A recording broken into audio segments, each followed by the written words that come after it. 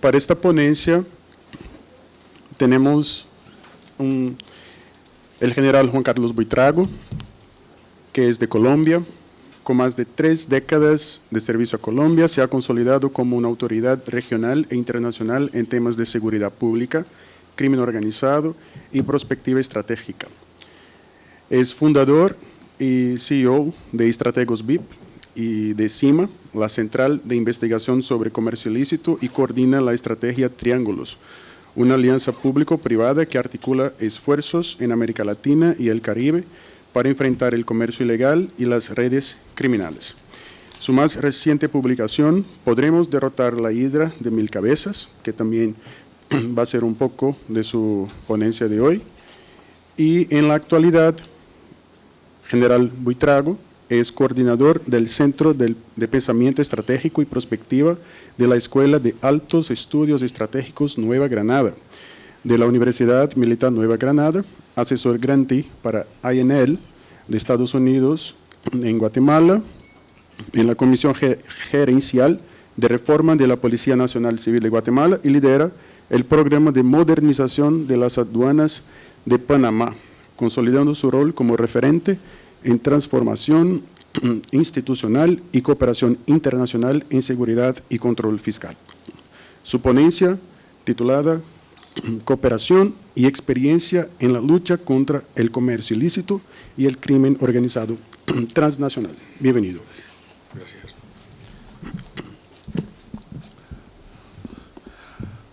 Bueno, muy buenos días. Para mí es un privilegio estar aquí en este distinguido auditorio de participantes en este proyecto que es organizado por la Universidad para la Paz de Naciones Unidas, con el apoyo de Interpol y de la Oficina contra la Delincuencia Organizada y las Drogas de Naciones Unidas.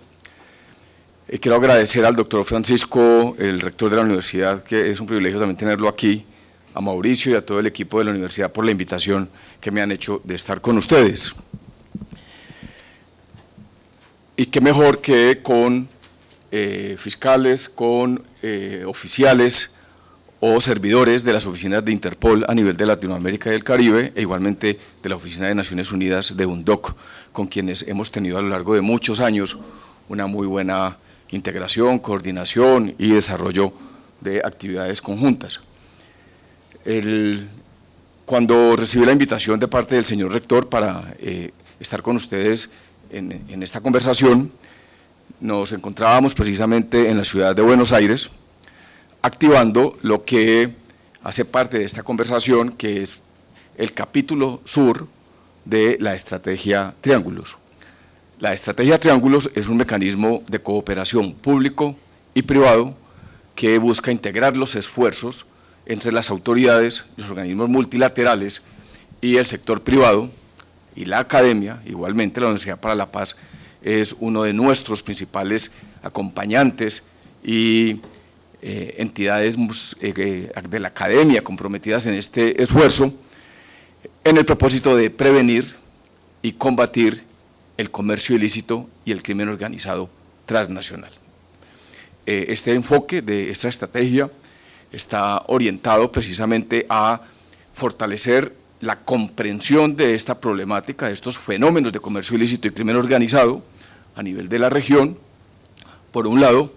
Segundo, la importancia de fortalecer el intercambio de buenas prácticas entre las autoridades con el sector privado, la academia y los organismos multilaterales. Tercero, la importancia de conocer de estas buenas prácticas en materia de políticas públicas, de medidas regulatorias que sean las más apropiadas, las más balanceadas y que no incentiven el crimen, como a veces ocurre, el exceso de prohibicionismo, de carga impositiva, de otras medidas restriccionistas que lo que hacen es precisamente generar el efecto contrario, bien intencionados, pero con efectos contrarios. También se busca alrededor de este mecanismo asignarle un enfoque muy accionable, muy práctico, o sea, muy operativo, muy en el terreno, en el propósito de que estos esfuerzos de capacitación, de intercambio de información y de comprensión de la problemática se traduzcan en resultados en el terreno y más aún en fenómenos como los que ustedes abordan, el tráfico de migrantes y la trata de personas, que tiene precisamente su manifestación, su fenomenología se mueve en el terreno, en los territorios. Y finalmente, este mecanismo de cooperación público-privada busca afianzar la cooperación entre el sector privado y las autoridades para realizar investigaciones que permitan intervenir la cadena de comercio ilícito transnacional y sobre todo las estructuras criminales que están detrás de estas redes dedicadas al comercio ilícito de todo tipo de productos. Es decir, cómo operan estas estructuras como crimen organizado en el propósito de lucrarse para entrar en ese círculo de economía criminal o en esa economía circular criminal como es el comercio ilícito de productos en general.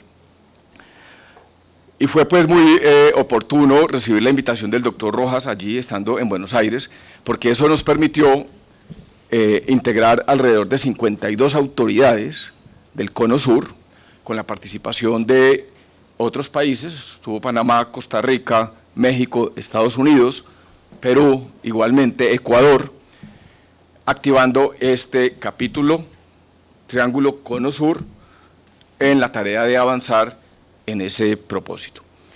Ya lo hemos hecho a nivel del Triángulo Centro, Colombia, Ecuador, Panamá, Costa Rica, República Dominicana y Perú, hacen parte de la estrategia Triángulos, capítulo Centro. Son 4 versiones las que ya se han realizado allí. Nos hemos reunido en Guayaquil, en Panamá, en Cartagena, ahora en febrero estuvimos también en Panamá, donde firmamos memorando de entendimiento con la Universidad para la Paz de Naciones Unidas, igualmente para avanzar en esta cooperación. Y en el mes de octubre o en noviembre esperamos activar el Triángulo Norte, en Ciudad de México, con los países vecinos y el estado de la Florida. Y comencé mi introducción con este mecanismo porque precisamente ustedes que están aquí representan esa autoridad o aquellas instituciones que de alguna manera son determinantes cuando se trata de afianzar la cooperación público-privada en el propósito de tener mayor apertura, mayor voluntad de avanzar con el sector privado y con los organismos multilaterales, con la academia y con otros actores importantes de la sociedad, a fin de avanzar con medidas prácticas, accionables, en el terreno, en cambiar ese estado de cosas que tanto nos afecta. La estrategia Triángulos se ha constituido en uno de los mecanismos pilotos a nivel de Latinoamérica y el Caribe, con enfoque exclusivo en el daño que le hace el comercio ilícito de todo tipo de productos a la sociedad de manera multidimensional. Sabemos que tiene una incidencia importantísima en materia de seguridad, pero también en materia de salud e integridad, de medio ambiente, etcétera, y también para el desarrollo, para el crecimiento de nuestras naciones. Y para entrar entonces un poco en materia y poder dar lugar a una conversación mucho más dinámica entre ustedes y nosotros, quisiera referenciar 2 estudios recientes. El primero de ellos lo reforzamos la semana pasada en la asamblea de ACAMS, que es una de las certificadoras, quizá muy conocida por todos ustedes, fue llevada a cabo en Cancún y es quizá la número 1 o la número 2 en materia de certificación para las instituciones en materia de antilavado, y ahora han expedido una nueva certificación en materia de antifraude. En esta conferencia de ACAMS estuvieron allí reunidas muchísimas entidades de Latinoamérica, del Caribe y de Europa, igualmente, entre ellos las unidades de inteligencia financiera especialmente, y allí se dio a conocer el último estudio del GAIF, del Grupo de Apoyo Internacional que se encarga de investigar las finanzas contra diferentes conductas delictivas, entre ellas el terrorismo, y el estudio del Grupo Egmont, que es el mecanismo de cooperación y de intercambio de información entre las unidades de inteligencia financiera a nivel global. Y el estudio arrojaba, de acuerdo a la presentación que hizo el director global del GAIF, de que las tres modalidades que hoy en día están cobrando mayor fuerza en materia de lavado de dinero son el sistema financiero internacional, 2, el tráfico físico de dinero y 3, el comercio ilícito de productos. Entonces, esto es para tener en el radar lo que significa el lavado de dinero como la principal motivación, como el principal beneficio o como finalmente la última razón a través de la cual el crimen organizado se mueve en el propósito de continuar en ese sistema de economía criminal. Pero además encontramos los estudios del Banco Mundial que nos indican que en la última década los fenómenos que han cobrado mayor vigencia y que han tenido un impacto preponderante en la sociedad en general, particularmente en Latinoamérica y el Caribe, son el narcotráfico, que continúa con su dinámica vigente; segundo, el tráfico de migrantes y la trata de personas; y tercero, la minería ilegal. Entonces estamos conectando aquí dos fenómenos: las modalidades para lavado de dinero, sistema financiero internacional, tráfico físico de dinero y comercio ilícito, y desde el punto de vista de los fenómenos que mayor impacto han tenido en la sociedad y recrudecimiento en la última década, de acuerdo con el Banco Mundial, está el tráfico de migrantes y la trata de personas, la minería ilegal y el narcotráfico. Apreciando entonces estas dos dimensiones, quiero adentrarme con algunas cifras puntuales para llegar a una primera reflexión, que es muy pertinente para el tema que nosotros abordamos en este programa. El Banco Mundial ha dicho en sus más recientes estudios que la criminalidad en Latinoamérica y el Caribe se concentra en el 2.5% del territorio. También ha dicho que los homicidios, creo que les han hablado reiteradamente de que tenemos el 8% de la población, pero el 33% de la violencia a nivel global, y Latinoamérica y el Caribe sigue siendo básicamente la subcampeona en todos los indicadores de corrupción, de criminalidad, de violencia, de fragilidad institucional, los primeros productores de cocaína, comenzando por Colombia. Y nos ha dicho el Banco Mundial de que los homicidios, como la principal manifestación de violencia, o a través de las cuales se miden los países en su indicador de violencia por parte del indicador global del crimen, se concentran en el 1.4% de localidades de Latinoamérica y el Caribe. 1.4% es el porcentaje de territorio de Latinoamérica y el Caribe que compromete las localidades más violentas del mundo en Latinoamérica y el Caribe. Pero también nos ha dicho el indicador global del crimen que 40 de las 50 ciudades más violentas del mundo se localizan en Latinoamérica y el Caribe. 40 de esas 50 ciudades más violentas. 12 de los 50 países más violentos del mundo están en Latinoamérica y el Caribe. Y aquí nos lleva al punto precisamente objeto de nuestra primera reflexión. De las 40 ciudades con el mayor indicador de homicidios del mundo ubicadas en Latinoamérica y el Caribe, 37 de ellas, ¿dónde creerían ustedes que se ubican? ¿O cuál es la característica o el patrón de estas localidades? ¿Quién nos lo podría decir? Sí, en cuanto a territorios.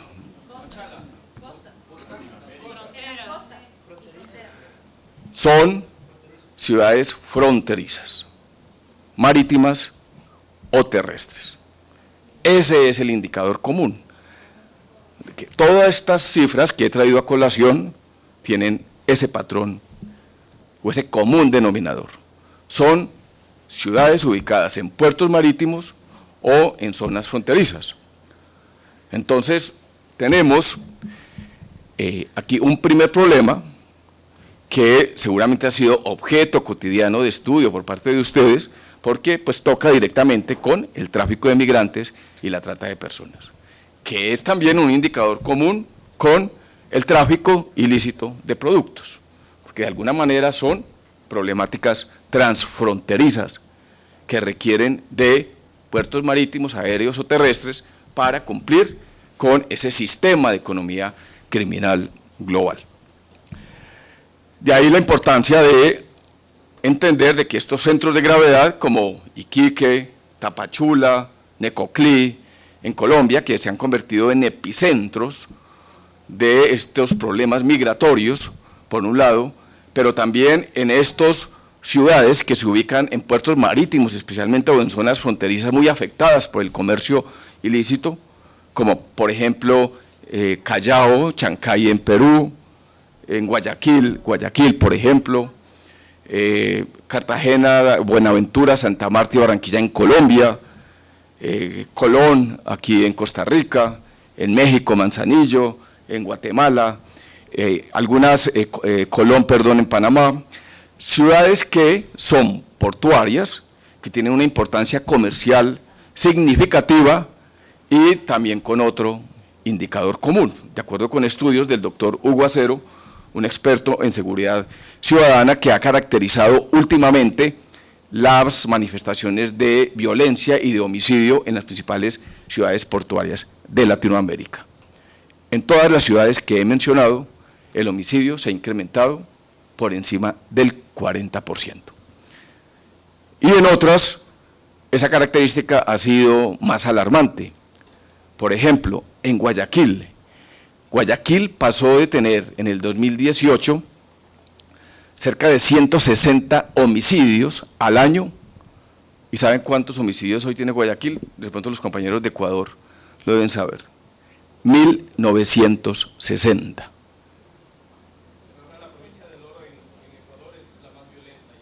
Exacto. ¿Con cuántos homicidios? El año pasado cerró con 2.000 homicidios. O sea, y eso tiene una explicación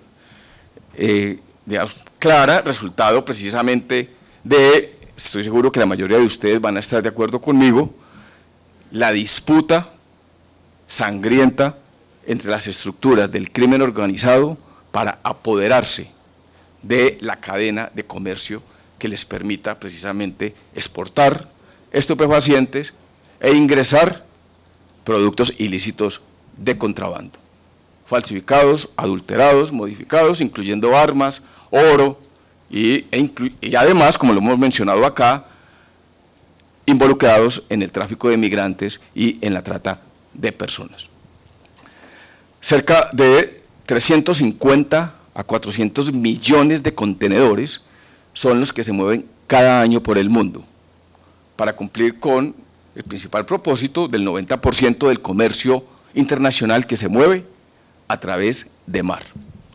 Pero solamente de esos 350 a 400 millones de contenedores se inspeccionan entre el 1 y el 2%. Y hemos visto tráfico de migrantes, pero también trata de personas en contenedores. Yo creo que ustedes han visto las imágenes que muestran a veces los rayos X y los escáneres ya de última generación, que muestran personas adentro de contenedores tratando de transitar de un lugar a otro. Entonces, aquí, en este segundo mensaje, quiero llamar la atención, primero, sobre la importancia de las zonas fronterizas.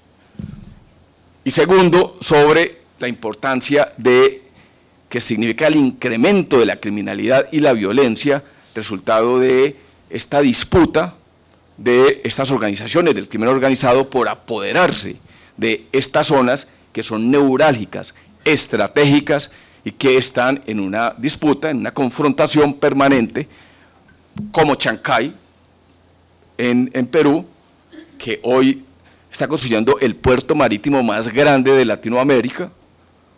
Hasta ahora está en un 50% de operación y sin embargo registra unos índices ya de violencia y de confrontación entre estructuras del crimen organizado para apoderarse del control, no solo de la extorsión, sino también del control de esa cadena de comercio internacional.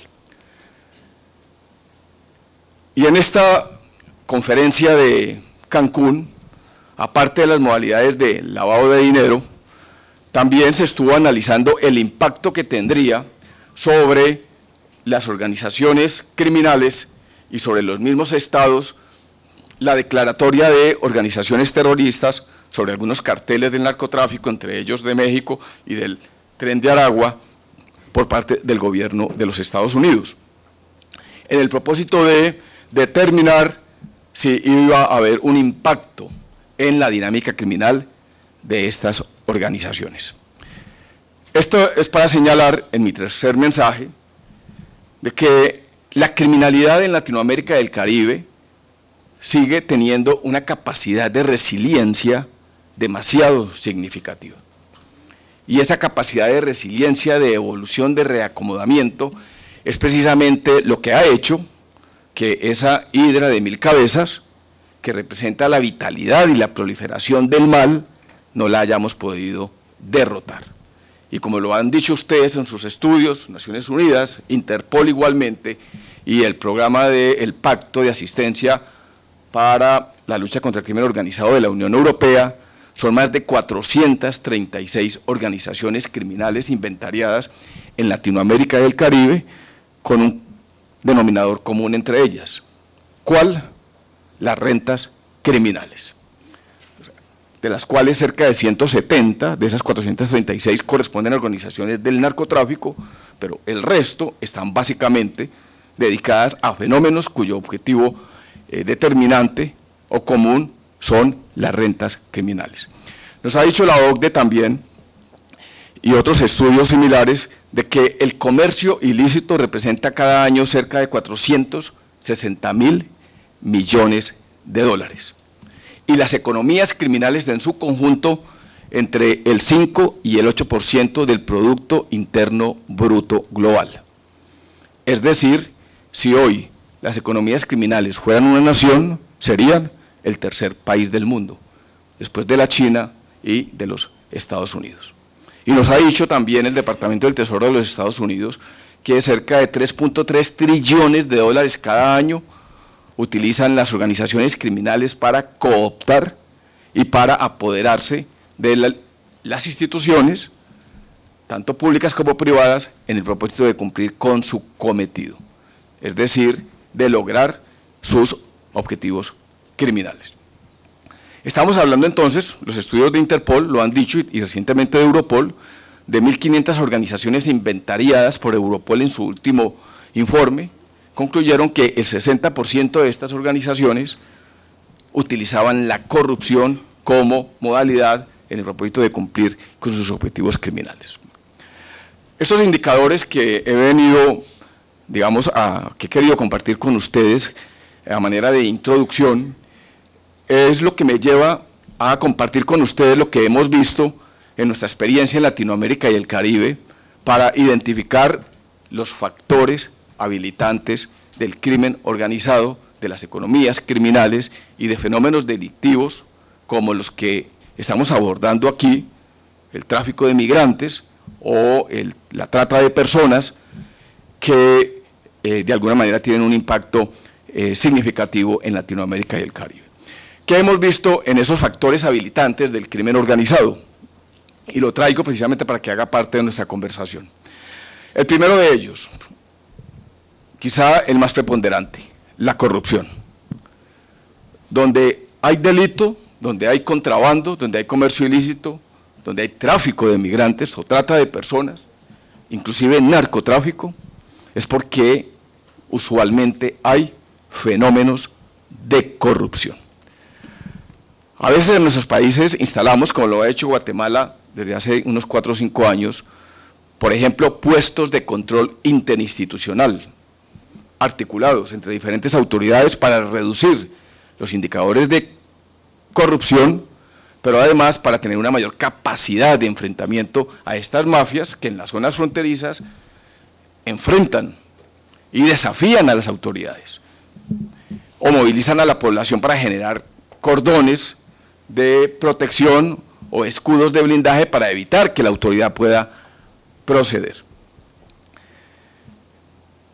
Medidas como estas han dado resultados relativos, pero nos han llevado a concluir de que definitivamente, si no logramos superar los problemas de corrupción que se presentan en nuestras instituciones, si permitimos que la corrupción se instale en el ADN, en los cargos más críticos o de mayor riesgo dentro de nuestras instituciones, difícilmente podremos avanzar en erradicar esa hidra de 1000 cabezas que representa, como lo hemos dicho, la proliferación y la vitalidad del mal y que tiene una capacidad ligera de reproducirse. Y tuvimos casos en Colombia, como el famoso señor Ambuela, que se convirtió en un símbolo de la corrupción en las aduanas de Colombia, vinculado más adelante con Papá Pitufo, uno de los símbolos del contrabando y de las mafias del comercio ilícito más grandes en nuestro país y en la región, hoy capturado, dejado en libertad provisional en España y luego en Portugal, y solicitado en extradición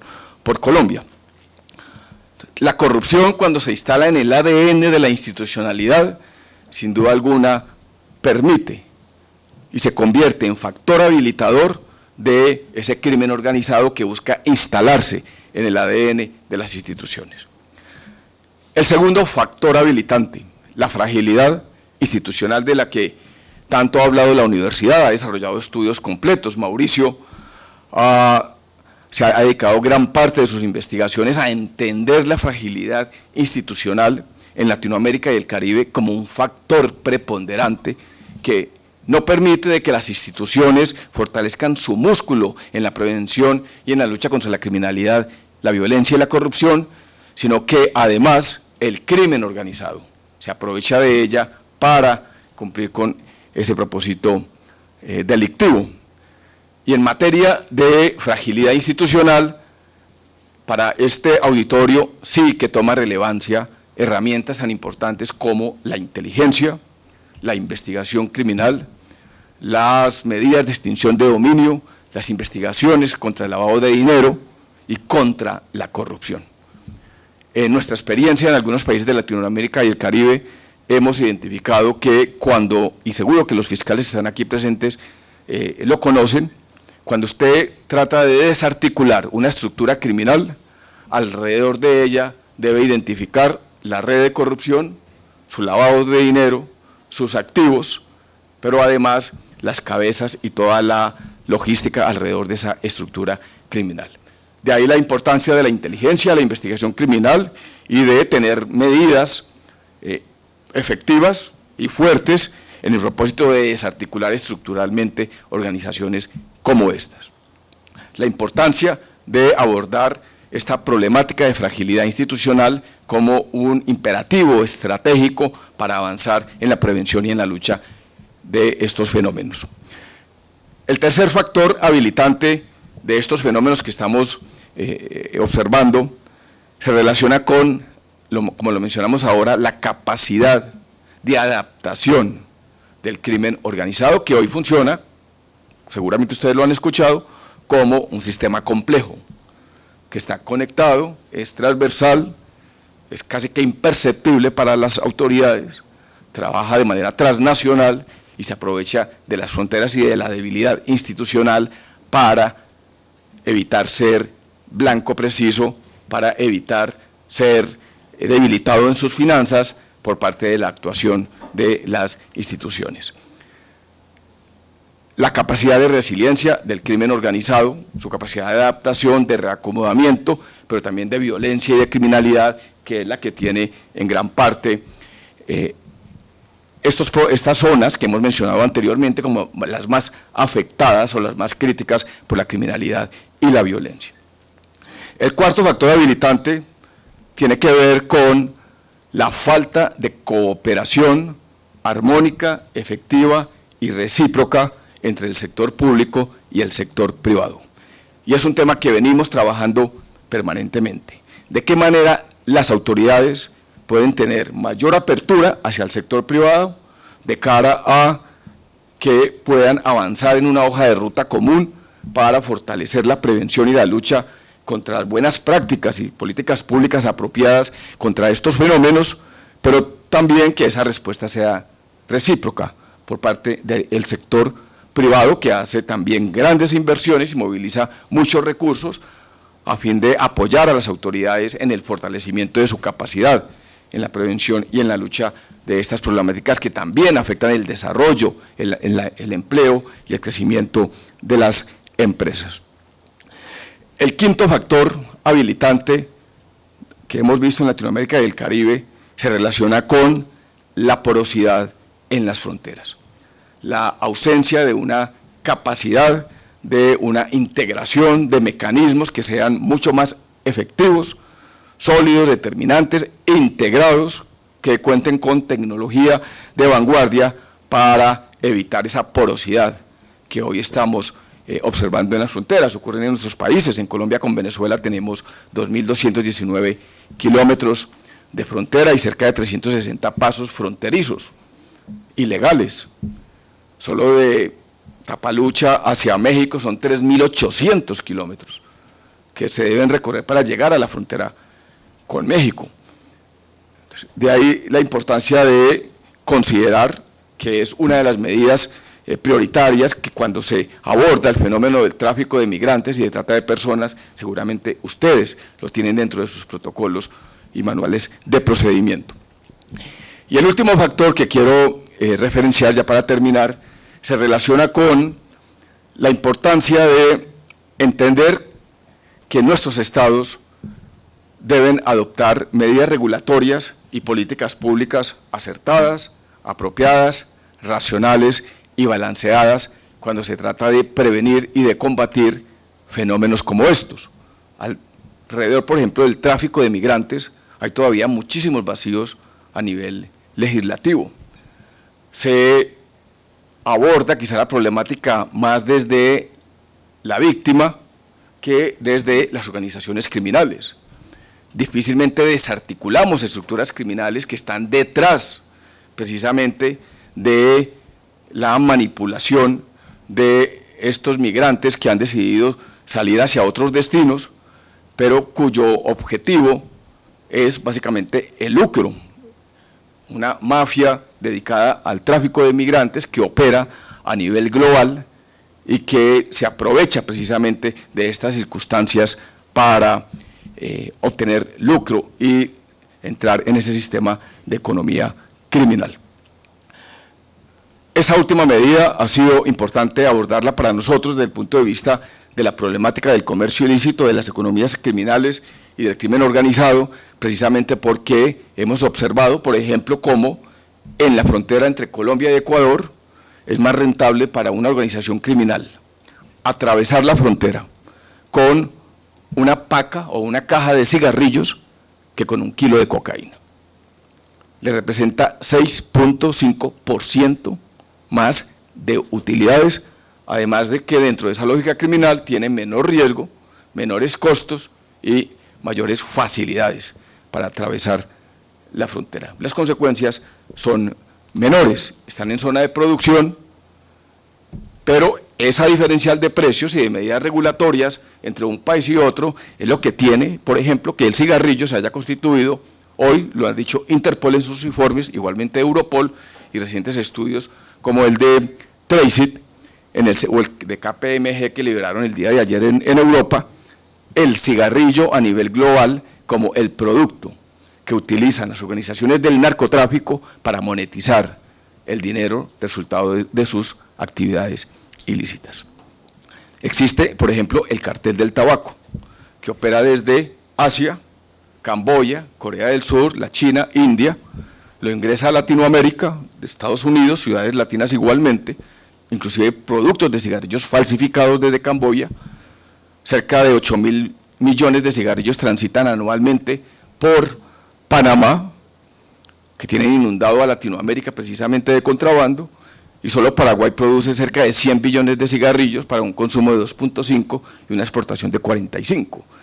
Entonces, por eso las organizaciones del narcotráfico y también del terrorismo como Hezbollah en la frontera tripartita adquieren volúmenes de cigarrillos de manera legal para monetizar el dinero resultado de una actividad ilegal, como es el narcotráfico especialmente. Solo para colocar un ejemplo, pero ocurre lo mismo con productos farmacéuticos, que representan el 4% del universo del comercio ilegal, con el alcohol, que representa el 25%, y los cigarrillos el 12.5% de ese universo del comercio ilícito a nivel global. Y ustedes, ya para terminar, creo que lo han visto en sus estudios, donde del lado de la trata de personas y del tráfico de migrantes también van productos físicos, no solamente ilícitos como sustancias alucinógenas, sino también otro tipo de productos que se transitan con fines ilegales. Solamente cuando fui director de la Policía Fiscal Aduanera en Colombia, entre el 2018 y el 2021, encontrábamos en Cúcuta, en el puente internacional Francisco de Paula Santander, encontrábamos personas que ingresaban por debajo de su ropa impregnados de carne, se pegaban la carne para poder atravesar a su país y tener carne con que comer en su país, por ejemplo. O sea, a esas condiciones ha llegado este problema de tráfico migratorio ligado con el comercio ilícito. Y termino indicando que, por ejemplo, en fronteras como en Cúcuta, está adquiriendo el problema tanta relevancia a través de las criptomonedas o los criptoactivos, que de las 700 empresas autorizadas en Colombia para monetizar dinero a través de criptomonedas, 160 de ellas están en Cúcuta. Entonces, hoy las ciudades fronterizas, estas de las que estamos hablando, que son lugares críticos, ha llevado a que precisamente estas organizaciones criminales se sofistiquen, lleguen a transacciones de esta categoría para poder monetizar el dinero resultado de sus actividades ilícitas y hacer más difícil la trazabilidad por parte y la persecución por parte de las autoridades. En todos estos problemas que hemos venido hablando, corrupción, criminalidad y violencia y esos factores habilitantes del crimen organizado, hace 2 años tuvimos la oportunidad de presentar un libro titulado Los principios no se negocian, donde se plantean algunas de estas problemáticas que hemos mencionado. La presentamos aquí en la Universidad para la Paz. Este es uno de ellos, editado por Planeta. Los invito a que lo lean, van a tener algunas de las experiencias en Colombia y en Latinoamérica. Se puede adquirir también por plataformas digitales. Este lo dejo aquí para el mejor alumno. Y de otro que presenté hace 2 meses, donde el doctor Francisco Rojas fue muy generoso para hacerme la presentación, que se titula precisamente ¿Podremos derrotar la hidra de 1000 cabezas? Para resistirnos a aceptar de que seremos incapaces de salir de ese ciclo inacabable de corrupción, criminalidad y violencia. Fue presentado en la Feria del Libro de Bogotá hace 2 meses, también se puede adquirir por plataformas digitales. Este libro prácticamente desarrolla un poco esas problemáticas de corrupción, criminalidad y violencia en Colombia y en Latinoamérica. Nos contextualiza sobre los 5 últimos años de estos 3 fenómenos en Colombia y en la región. Bueno, muchas gracias por su atención. Más tarde creo que vamos a vernos de nuevo en el conversatorio sobre el libro de Nuevos Desafíos de Economías Criminales, pero estoy a su disposición para que conversemos un ratico con el poco tiempo que nos queda y podamos tener una interacción entre ustedes y nosotros. Muchas gracias.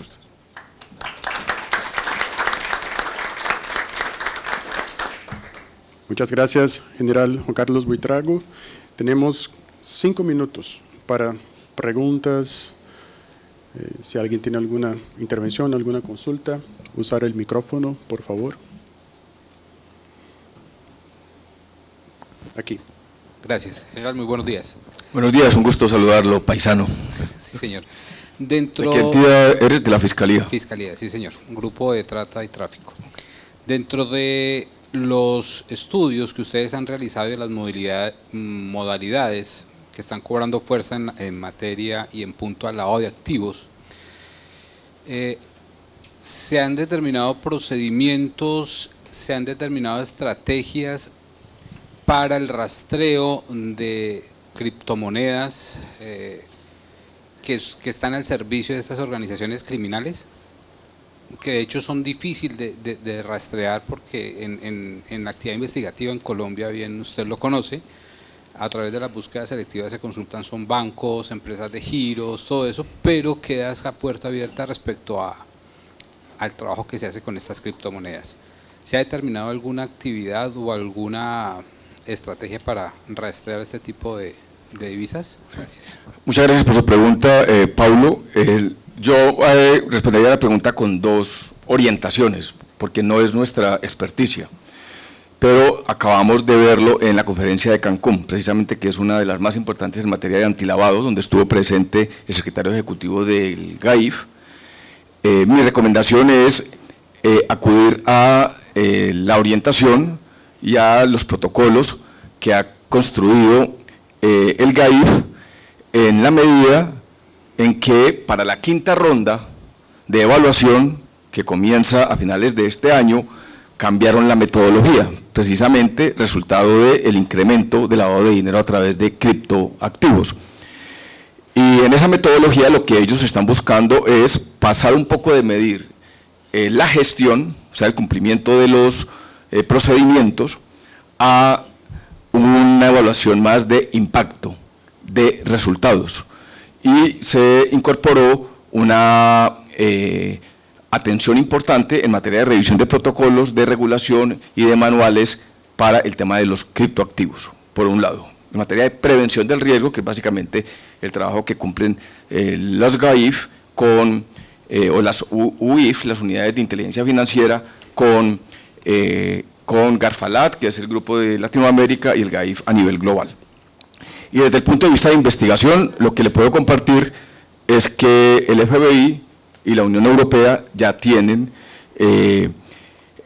mecanismos de investigación con tecnología muy avanzada que le permite rastrear, y de hecho ya han arrojado importantes resultados. Cotidianamente están rastreando dinero. Recuerdo un caso que presentaron en Cancún de 165.000 transacciones a través de criptoactivos que les permitió incautar cifra histórica en materia de millones de euros a unas organizaciones en Europa, por parte criminales en Europa dedicadas al lavado de dinero a través de criptoactivos. Entonces, en este sentido, FBI y Unión Europea, a través de sus investigaciones, han demostrado que tienen capacidad y, en mi opinión, son los más avanzados que hoy en día podríamos tener como referencia. Bueno, Pablo, con mucho gusto. Bien pueda. Una última pregunta. General, buenos días. Carlos Rojas, de la Policía de Ecuador. En su experiencia, ¿cuál sería la metodología para enfrentar los delitos en frontera, ya que al menos en Ecuador la zona fronteriza tiene acceso al mar y por tierra? Y es muy difícil algún sistema eficaz para contrarrestar los delitos en frontera. Sí, aquí yo creo que lo más importante es la cooperación entre países. Sé que se nos dificulta a veces la cooperación porque hay diferencia de visiones entre algunos países en materia de resguardo de la frontera. Por ejemplo, hoy en Colombia, el presidente de Colombia y el de Venezuela han llegado a un acuerdo binacional para crear una zona económica especial que tiene altísimos riesgos y que creemos va a ser una ventaja tremenda para esas economías criminales a lo largo de la frontera. Los invito a leer una columna que escribí en alguna oportunidad, está en internet, que se llama Zona Económica Especial o Zonas de Economía Criminal. Hace 2 años y la semana pasada se firmó ese memorando entre el presidente de Venezuela y el gobierno de Colombia para dar marcha a esa zona económica especial. Pero no se habla en términos de una cooperación en materia de seguridad, además por lo complejo que resulta precisamente con el vecino país. Entonces, un primer factor es la cooperación efectiva entre los países vecinos y el restablecimiento de los mecanismos formales que permitan esa cooperación, como las comisiones binacionales fronterizas que tenemos con Ecuador y que funcionan de manera inestable entre algunos países con Colombia y vecinos. Segundo, lo estamos viendo ahora, veo que aquí hay también compañeros de Guatemala, estamos apoyando en algunos procesos a Guatemala. La importancia de, como lo está haciendo hoy el 5º viceministerio en Guatemala, con el apoyo del gobierno de los Estados Unidos, creando unos observatorios especiales que les permita tener una radiografía real de lo que ocurre en las fronteras, con minería de datos, con tecnología y con analistas que estén permanentemente observando la frontera con información y evidencia que les permita tomar medidas y responder en tiempo real. Tercero, como lo mencionamos, los puestos de control interinstitucional son importantes, reducen la corrupción, aumentan la efectividad, pero requieren de mayor capacidad de respuesta con tecnología incorporada. Colombia y Guatemala son ejemplo de esta medida. Y finalmente, lo que he propuesto también, y lo menciono aquí en mi libro, la importancia de contar con modelos como los que tiene Europa y Estados Unidos, que son una especie de policía de fronteras. Esa falta de coordinación, la dispersión de esfuerzos y de integración real en el terreno para intercambio de información, capacidad de respuesta, realización del control, pero también de la facilitación del tránsito y del comercio, es fundamental cuando se trata de integrar esos esfuerzos. Colombia, en mi opinión, necesita, por ejemplo, una fuerza de fronteras. Ustedes tenían DIPAFRON en Guatemala, tengo entendido, acaba de ser disuelta. Están replanteando ese modelo para que sea una especie de fuerza élite que permita el control del narcotráfico, el contrabando y de migrantes. Es un modelo que hasta ahora se va a colocar en marcha y que tendríamos que esperar a ver si funciona, pero tiene un buen apoyo de los Estados Unidos. Entonces, pensaría que esas son algunas de las medidas que podrían tenerse en cuenta. Muchas gracias, general. No tenemos más tiempo para preguntas, pero diría a los de las participantes que puedan guardar sus preguntas para el segundo momento, cuando regresas al final del día para la presentación del libro y también profundizar la discusión en esta mañana. Muchas gracias. Muchas gracias. Muchas gracias por su atención y les dejo aquí un ejemplar de cada uno de mis libros para que Mauricio, por favor, proceda. Está bien. O sea, usted ya los tiene, ¿no? Entonces, sí, la tengo. Bueno, de nuevo, muchas gracias.